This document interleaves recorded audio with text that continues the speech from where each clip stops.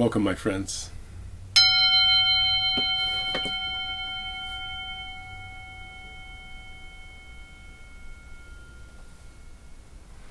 Welcome to Touching the Edge. Thank you so much for joining. My name is Drake, and I'm so happy to be here today.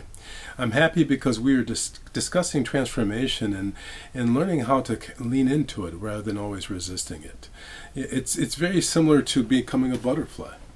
You know, this idea of the caterpillar becoming the butterfly, I'm sure in that moment it feels pretty chaotic. And so as we transform, as we become something else, we tend to be looking back to who we used to be and wish we were who we used to be. And yet who we are is about becoming. It's not about going backward, it's about going forth. And so, you know, we've talked about this before, the law of seven, how every 7 years we have a transformation, 7, 21, 28, all the way up, you know, with 28 being one of the crucial ones. And remember how, you know, in the fifth year of that cycle, so in that cycle, the fifth year would be 26, we tend to have a crisis around that time. So if you think back at the time when you were 26, that was probably a chaotic year, a changing year. The year of 27 is the year that we're dealing with the fire, you know, becoming something new. And a lot of times people implode at that year of 27. 28, we become the phoenix and we become something new. So 28 is one of the crucial ones. And then all the way up again, as we go up further, 49 is one of the crucial ones. So 28 and 49, each of these are crucial stages. 28 is the threshold of adulthood. 49 is the threshold of middle age. And again, we go through the same repetitive cycle. The fifth year tends to be a crisis year, meaning that we're changing and we don't want to be changing. We don't like the word crisis. I want to suggest the word crisis is not a bad word. It's actually about becoming something new. And so we go all the way up, and we recognize that again, as we go up further, the next really tough crisis year, or the next year that we are transforming that's really tough, that next law of seven, all the way up is 70. So every 7 years we go through this cycle, and at 28, at 49 and 70, those tend to be the most challenging cycle years. I'm talking about in terms of the seventh year and going on to the next.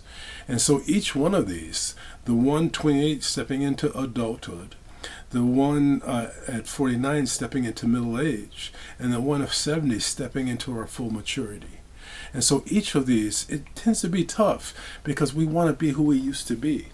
Now, I'm at 61, I just turned 61, and I am in that crisis year of that particular cycle. So I want to be grounded. I really want to be working my practice and really staying grounded, not getting too high, not getting too low, really sort of staying in the middle and really working my discipline, but being open to innovation. I know I'm not who I used to be, not even 7 years ago. And so I'm suggesting that right now, this is the crucial time for me to be open to innovation.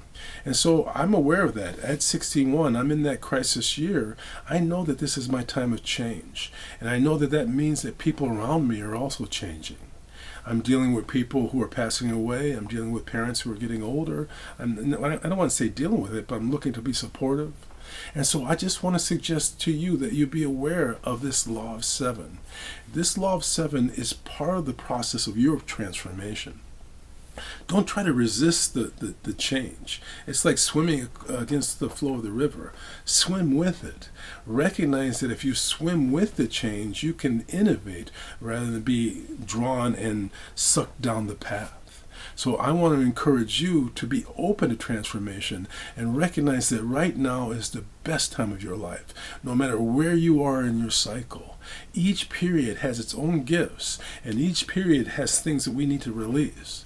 But if we stay present, recognize that we are ageless in our presence, and go with the flow, we end up becoming who we were meant to be, ageless, radiant, and ready to respond to whatever the challenge we face. So let us know, what does transformation mean for you? How are you doing with the transformation of age? Remember, we can do this together. And be aware, too, by the way, we do ageless groups, and you can be part of those. So reach out. These are groups that are funded through the state of Minnesota, and we want as many people as possible to enjoy this healing circle. I'm going to ring the bell. I'm going to ask you to listen carefully. Here we go.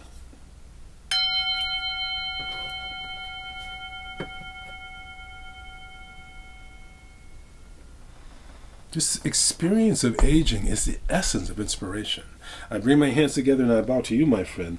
Please join us and be part of this healing circle of transformation. Namaste.